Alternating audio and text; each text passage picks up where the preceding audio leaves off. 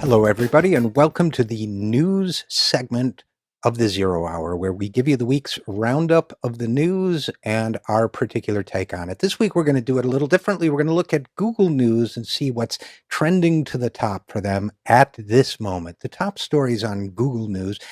Guess what the top story is? Ebola.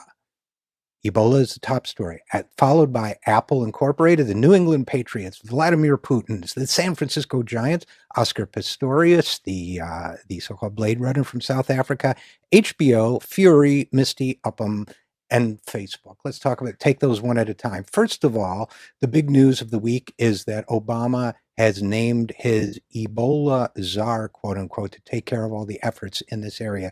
You know, the interesting thing about this is that we have a government position that is ideally suited to taking care of this function. That position is the Surgeon General. The Surgeon General nominee has not been confirmed. His nomination has been tied up. Why? Because he dared to talk sense about gun control. We'll have some more comments about that later in the show. But it's important for you to realize that at past times in American history, every president, Democratic or Republican, has been able to pick his nominee, his choice, for Surgeon General. That Surgeon General has been appointed. Occasionally there have been bumps along the way and controversies, but by and large, the Surgeon General is the person the nation looks to for guidance and, if necessary, reassurance on health issues. We don't have that position filled, which is one reason why there's so much panic and misunderstanding about Ebola. Speaking of which, we are now told that the staff who work for that Texas hospital with the Ebola case have been asked to avoid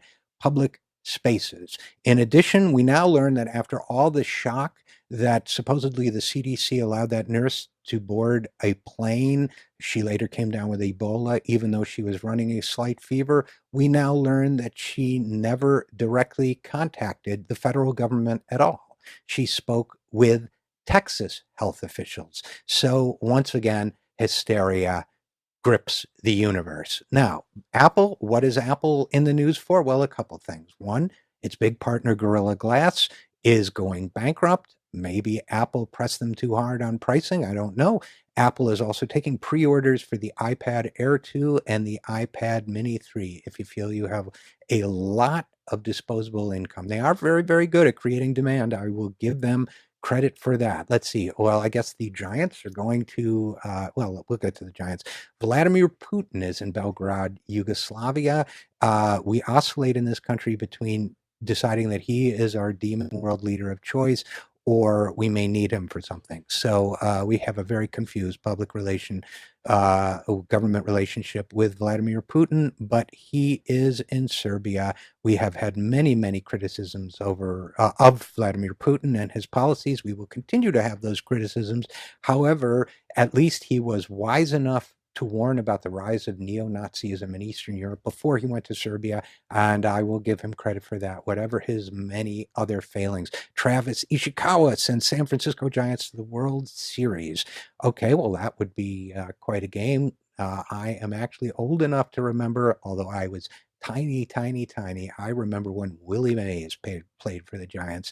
The Oscar Pistorius trial is coming to an end. He shot his girlfriend, as we now know. He claims that he thought she was a burglar. He has been convicted. It's now a time of sentencing, and the prosecutor has said that justice would not be served without a jail sentence. We have no comment on that case. It is strictly a celebrity story. We are grieved by the loss of what seems to be a wonderful young woman. We were in South Africa, in fact, when the arrest took place. It is a horrible story. The big news, this is huge news, apparently, because we love our technology. HBO is offering standalone HBO Go, standalone video streaming, so you don't have to pirate off someone else's HBO anymore. I'm sure you'll be thrilled about that. Facebook, well, Facebook is in there for all sorts of different things. It can tell if your passwords have been stolen without knowing your passwords, supposedly.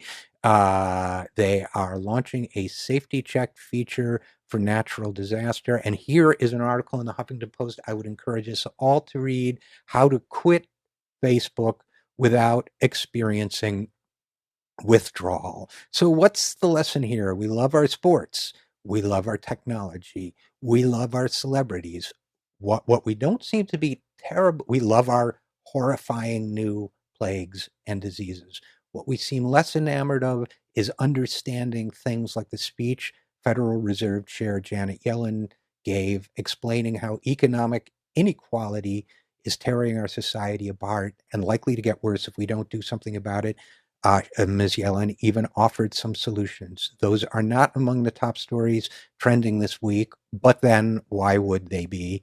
And the good news is that's why folks like us are here trying to give you these stories every day. We'll be leading off with a long talk with economist Dean Baker. We hope you find it of interest. I'm Richard RJ Eskow, and this is the Zero Hour.